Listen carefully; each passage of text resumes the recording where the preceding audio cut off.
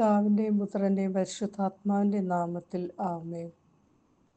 പ്രിയ സഹോദരങ്ങളെ, എപ്പോഴും നമ്മൾ ദൈവിക ചിന്തയിൽ ആയിരിക്കാം. സാത്താൻ വലയിൽ വീഴ്ത്താൻ ശ്രമിക്കും. അവനെ സൂക്ഷിച്ചു കൊള്ളുക.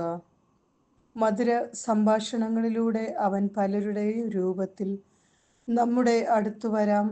നാം അത് മനസ്സിലാക്കി അതിൽ വീണു പോകരുത്. നന്മ തിന്മ തിരിച്ചറിയുവാൻ പരിശീലിക്കുവിൻ. നന്മയെ മുറുകെ പിടിക്കുകയും തിന്മയെ ദൂരെ അകറ്റുകയും ചെയ്യുവിൻ. തിരുവചനം കാണാതെ പഠിച്ച് തക്ക സമയത്ത് അത് ഉപയോഗിക്കുന്നത് നല്ലത്. തിരുവചനം കൊണ്ട് തന്നെ അവനെ കീഴ്പ്പെടുത്തണം. ജപമാല സമർപ്പണവും നല്ലത് തന്നെ.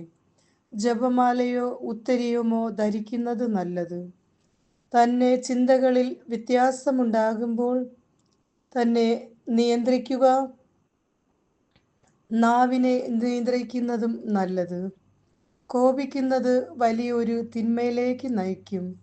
അപ്പോൾ പറയുന്ന വാക്കുകളും പ്രവൃത്തികളും നാം ഓർമ്മിച്ചെന്ന് വരികയില്ല, എന്നാൽ മറ്റുള്ളവർ അത് ഓർമ്മിക്കും.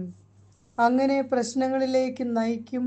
നാം ശാന്തശീലമായി പെരുമാറുമ്പോൾ എപ്പോഴും പരിഹാരമുണ്ടാകും.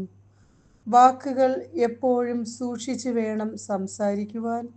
കാരണം നമ്മുടെ വാക്കുകൾ ഉപയോഗിച്ച് നമ്മെ വിധിക്കേണ്ടി വരും. അതുകൊണ്ട് സ്വർഗം നാം കൈവശമാക്കണമെങ്കിൽ നാം ശാന്തശീലരായിരിക്കാം.